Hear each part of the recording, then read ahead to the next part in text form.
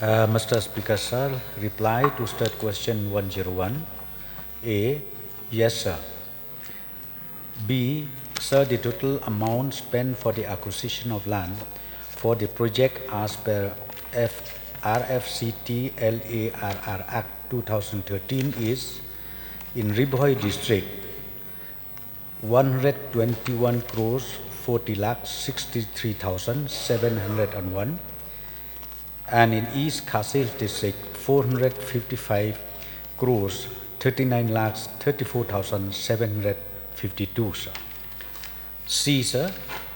Sir is as per statement placed on the table of the House, and D, sir, as per statement placed on the table of the House. Your supplementary questions, please. Mr. Speaker, sir.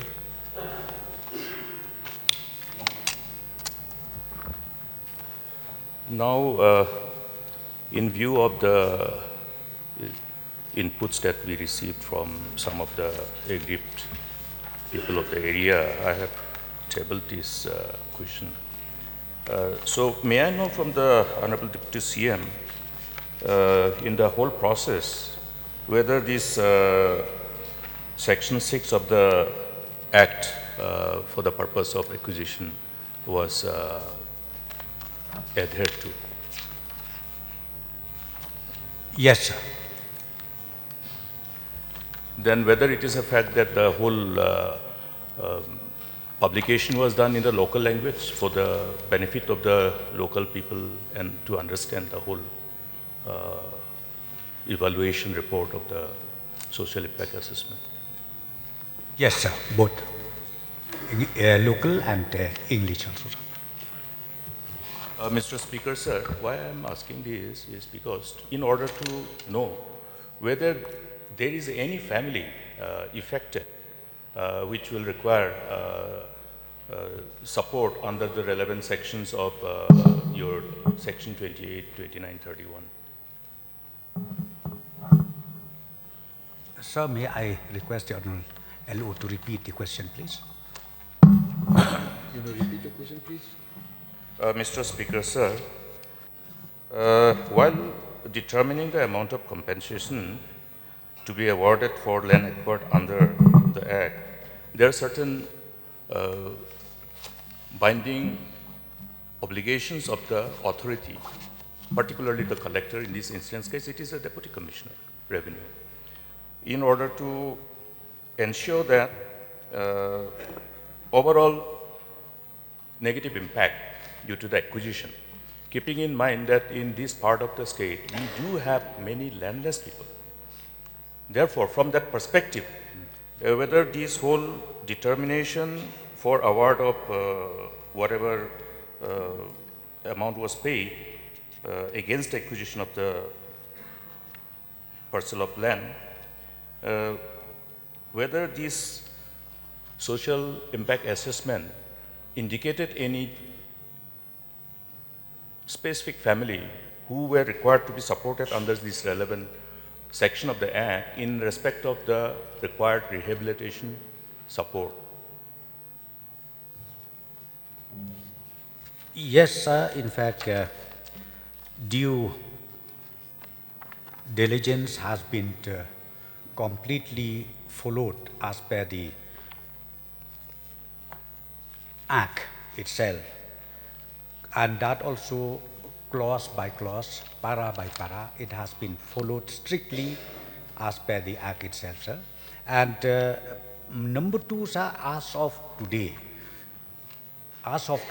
my simple reply is, as of today, in fact, all those beneficiaries who were entitled to get the compensation are satisfied, except maybe few of them where among themselves there was a kind of difference in claiming, counter-claiming the ownership issue. Only those issues were there, sir. Otherwise, as far as the amount considered for the compensation is fully satisfied by all the concerned, sir. Mr. Speaker, sir, I think we are aware of this fact that there is some problem going on in respect of handing over of the parcel of land. Even after all this process, as informed to this August House by the Honorable Deputy CM, about fulfilling all the relevant requirements as per the relevant act. But what is the reason that this particular dissentment that has been reflected even by media, what is the factor? Had any exercise been made to verify the cause, whether there is a displacement of any family, keeping in mind that, refer to my earlier supplementary where I have submitted that in the context of this part of the state, there are families who do not own the land, but then they settle in certain areas which belong to the clan, which belong to the community, the Snong. So I think it is necessary for us to know, since in view of the reply in respect to similar kind of land acquisition, we see that land acquisitions are being done even without resorting to fulfill this requirement of this law in respect of earlier question. Social impact assessment was not done. Then how will we know the likely displacement? Wherein, if there is a displacement case, then rehabilitation, all these measures which is required to be provided to the affected families have to be fulfilled. So, in order to protect the interests of the poor and those vulnerable section of the families, this exercise is needed. So, may I get the mind of the Deputy CM that we can look into it, whether there is some gap or lapses or some omission or commission in respect of determining the affected families? Yes, sir. In fact, the issues that crop up or coming up till this moment, it is being attended to by both the respective deputy commissioners, district collectors of Khasi and Ribhoi district. And we are working out on these issues, but the main issue, as I have already replied, there were some kind of claim and counterclaim. If the plot belongs to the clan, again another within the clan, another person will claim again. So these kind of issues were there. And point number two, sir, ultimately, in fact, as per the Act, we are here from the government to help out those displaced people. In case if there are family where ultimately the road has to be constructed, the alignment has to be through there, we make sure that displacement does not affect, and even the future shifting of themselves will be taken care by the government as per the provision of the Act itself. Point number two, sir, as far as there are two acts which is now applicable in the state of Meghalaya as far as acquisition of land is concerned. One is the NH Act. I think our Honorable LO, he referred to the NH Act, where this particular clause is not there. Social impact assessment was not there. Why it was not there, sir? In fact, for the clarification, I would like to mention here, it was not there because all the national highway is treated as existing road. When it is treated as existing road, it is not a greenfield project, it is an existing road. So therefore, what we need is only the additional land. Suppose now if we have to widen, we have to convert it into 2 lanes, or we have to convert it into 4 lanes, depending upon the requirement, the plan of the ministry. So the NH Act applies in those national highway designated projects only, sir. And that, as I've said, yes, social impact assessment was not there, sir. But in spite of that, if there is no provision of social impact assessment, still the landowners who falls in that portion where the land is required to be acquired, the clauses even in the NH Act is taken care of all these issues as far as the landowners is concerned. Sir, so in conclusion, sir, I would like to explain here that as far as the land compensation of the Western Bypass is concerned, we don't have much issues. There is no issue where the landowners brought to the notice of the government or the district collector that I will not part the land because the rate is so and so, or because you did not calculate the building or the crops or whatever we have in that particular size. Because all these issues, as I said to you, sir, it has been already taken care of. And I really appreciate the DC revenue of both the district. They were on the ground, always they were on the ground along with the stakeholders to find out solution to this. And as of now, sir, there is not much problem on this particular project, except with the issue of ownership, as I said to you. But again, within no times, I'm very sure we'll be able to resolve this issue, sir. Mr. Speaker, sir, I think I should thank the Honorable Deputy CM for the further elaboration of the situation. Now, we are now informed that we are not resorting to application of the right to fair compensation and transparency in the Acquisition, Rehabilitation and Resettlement Act 2013. In respect of wherever we need further parcel of land for upgradation of the national highways, we are resorting to National Highway Act. May I ask, that is what is to be understood by us, Mr. Speaker, sir? So in that case, Mr. Speaker, sir, we have earlier also completed the whole exercise of land acquisition. In fact, there is a provision for advance possession under the relevant act. And to ensure that aggrieved land owners can resort to that receipt of the amount with dissent, which is subsequently handled by the relevant court which is constituted for that. In view of that, I think there should not have been any problem to take advance possession of the land, keeping in mind the importance of this program, because this has been, I think, the delay is also one part of the delay is because we changed the alignment from the earlier alignment which was approved in 2016-17. So therefore, may we get a categorical assurance from the government that at least all those provisions which are available for the government to take advance possession and the whole process which involves in taking advance possession, it is with a complete involvement of the aggrieved parties. Can that be invoked so that at least this can be resolved? Yes, sir. As rightly mentioned by the Honorable Leader of Opposition, yes. This provision is there both, be it with the Act 2013 or be it with the Act of 1960 of the International Highway Act. There is a provision for that. So, sir, for the information of the Honorable Member, as far as the Western Bypass is concerned, right now we have already taken over possession of the land, about 97.5%. 97.5%, and now the remaining of 2.5%. The respective Deputy Commissioner, District Collector are working out on it. Whatever claim or counterclaim or whatever issues raised by those concerned beneficiaries will be able to resolve it, sir. My last supplementary. This is very important from the perspective of the intent of this particular law which has been passed by the Parliament.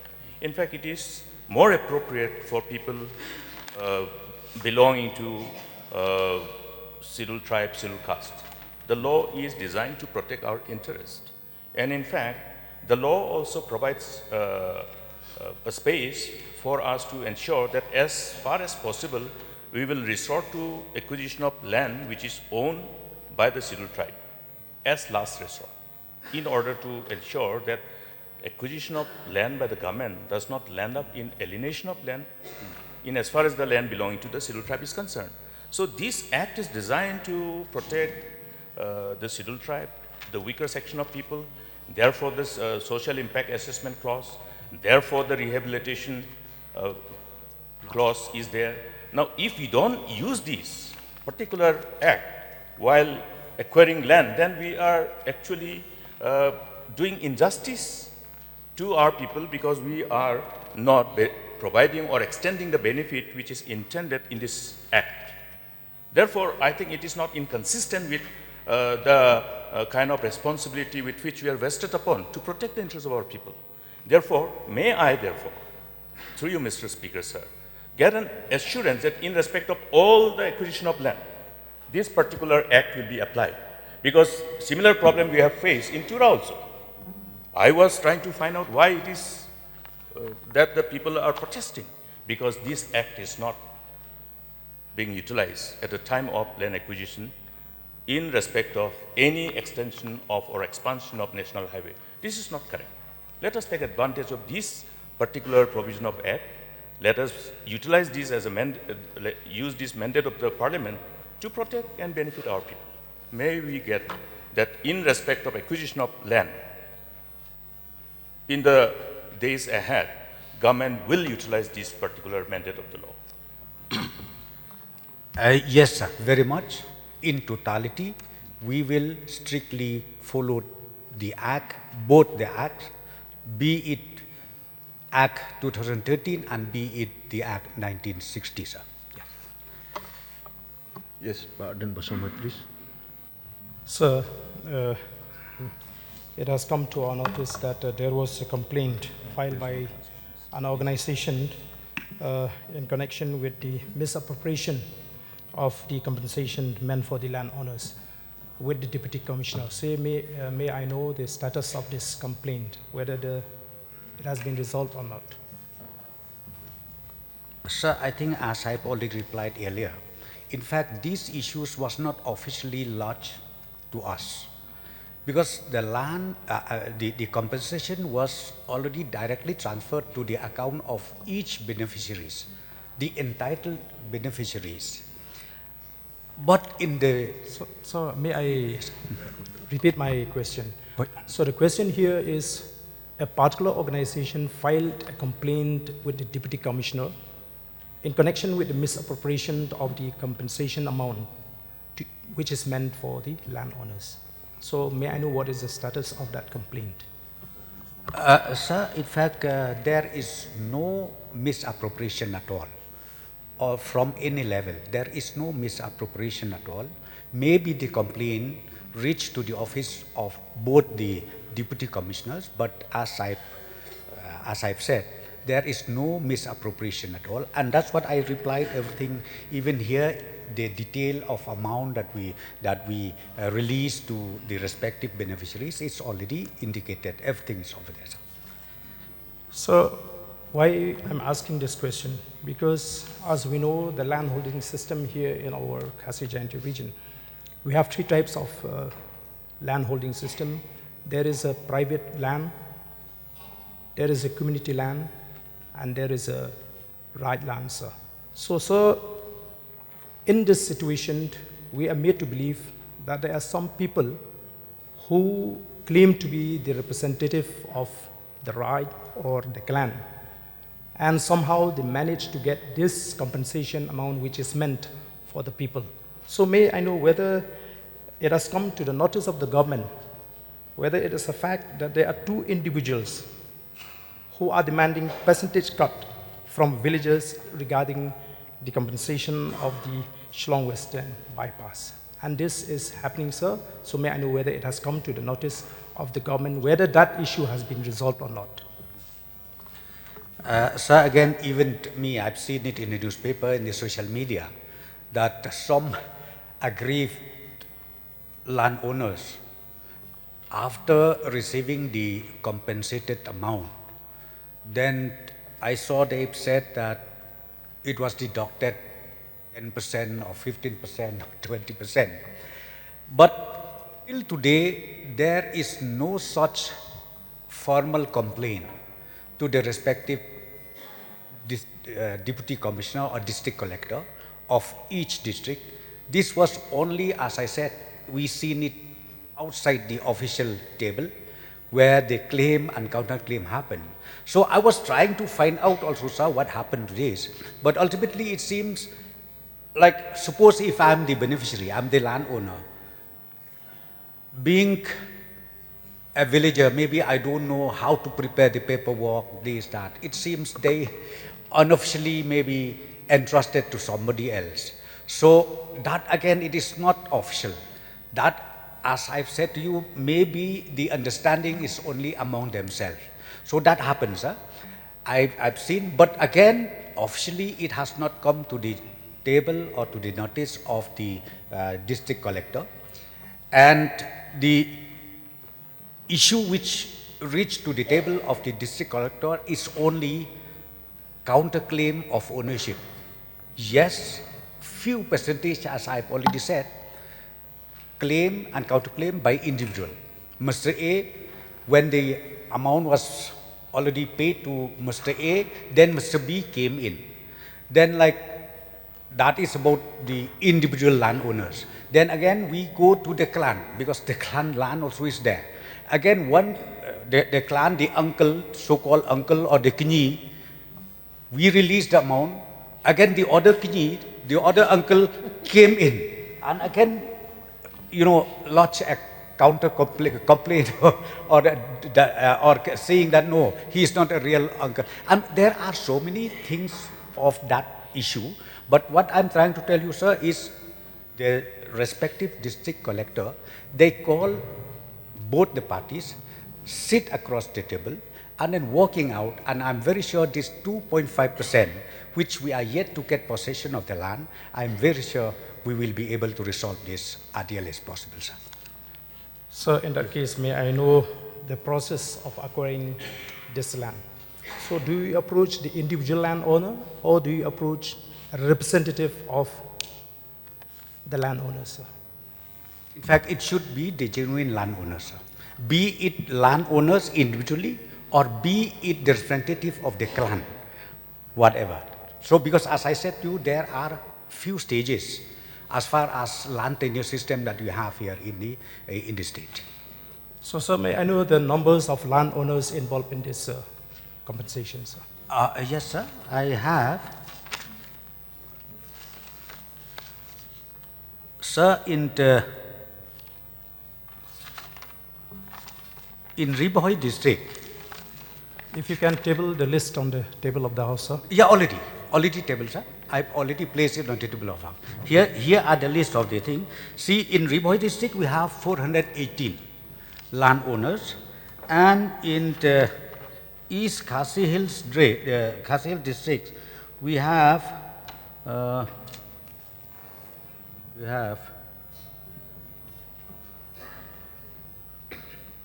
400.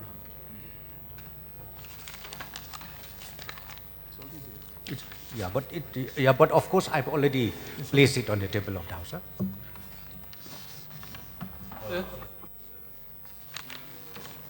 Reply.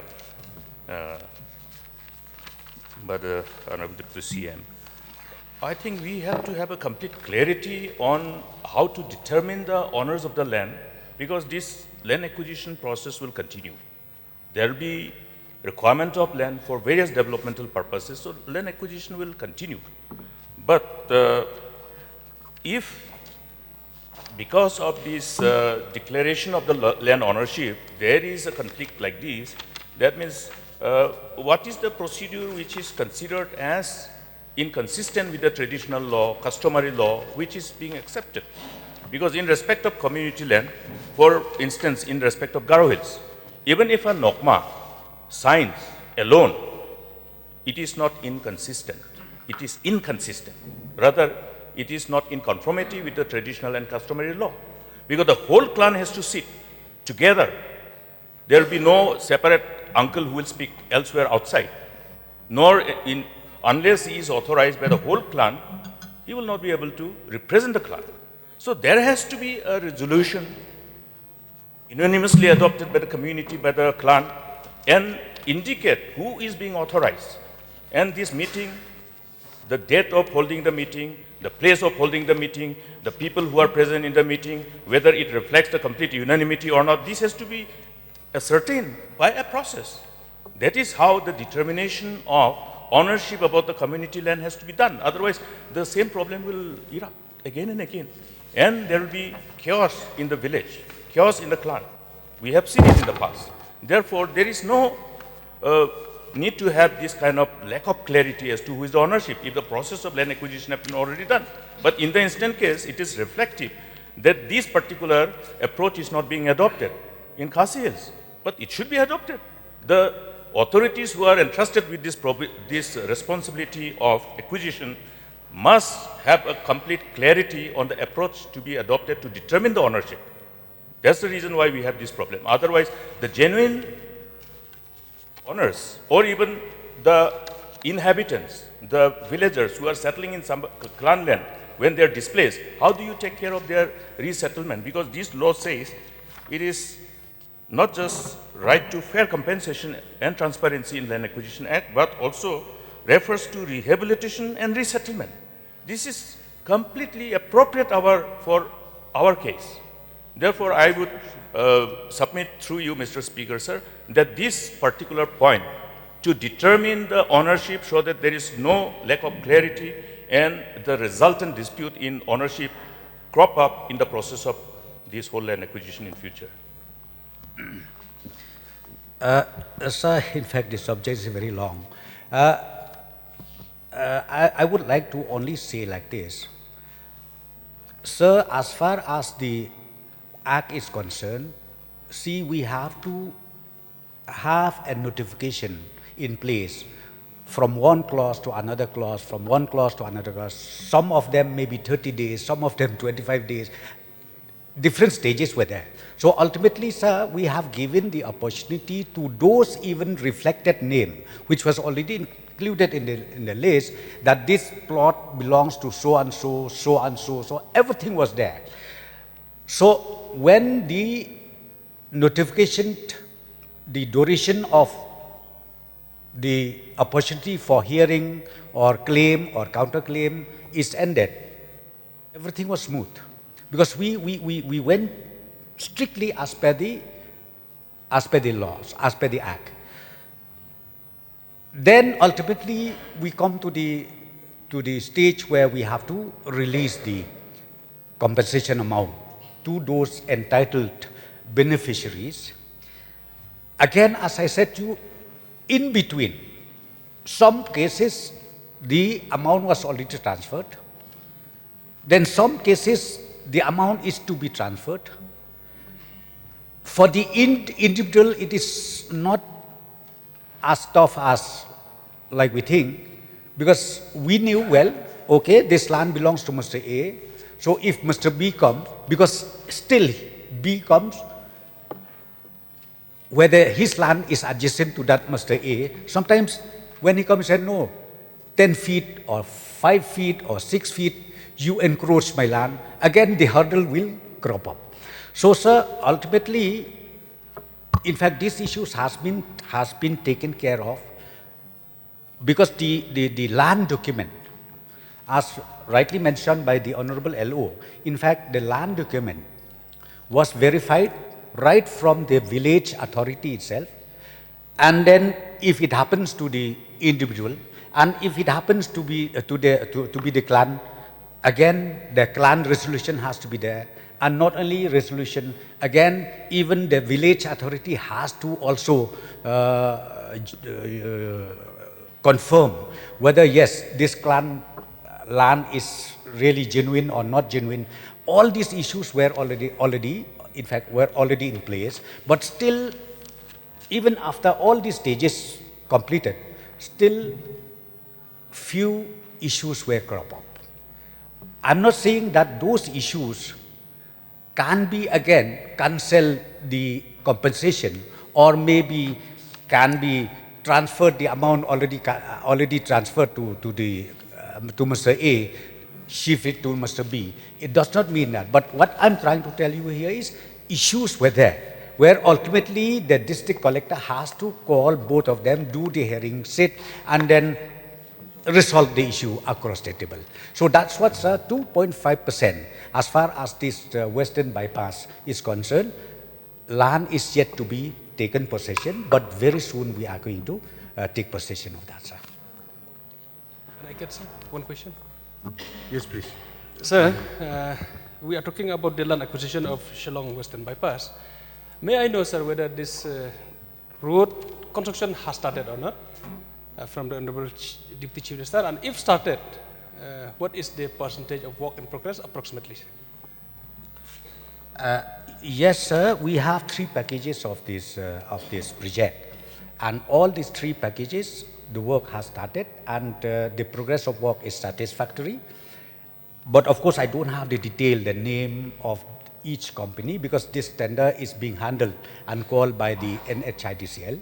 But I can't assure the honourable member, I will try to collect all the details. But as far as the construction work is concerned, all the 3 packages, the work has started, sir, and it is the progress also is satisfactory. Yes, Vice Chairman. Yes, thank you, Mr. Speaker. Through you, may I know from the Honorable Minister PWD, is there any landowner who is left out or not being consulted? Because in the last 3 or 4 days, it has come to my notice where there are certain individual landowners where they have complained that as per the new alignment of the road, in fact, their land does not come in the first alignment. It comes in the new alignment. And in the process, they have not been approached, and construction has started through their land without proper consultation. Sir, there is no such cases happen, because I have already laid the statement. These are the names of the landowners which we have already identified, and not only identified, we sat down, consultation took place, and ultimately they are also in the same page for land compensation, and that's why only 2.5% land are yet to be handed over to the company for construction, but 97.5% land possession has been taken over, sir. May I request the Honorable Minister, because this has come to my knowledge, in fact, in the last 3 days, some landowners had aired their grievances, and I request the PWD Minister to kindly look into this matter if it comes, because as per the information that I received, they have lodged a complaint with NHIDCL with regards to this matter. Yes, sir, the door is open. I'm there. I will see if any cases happens to be like that. I will take it up, sir.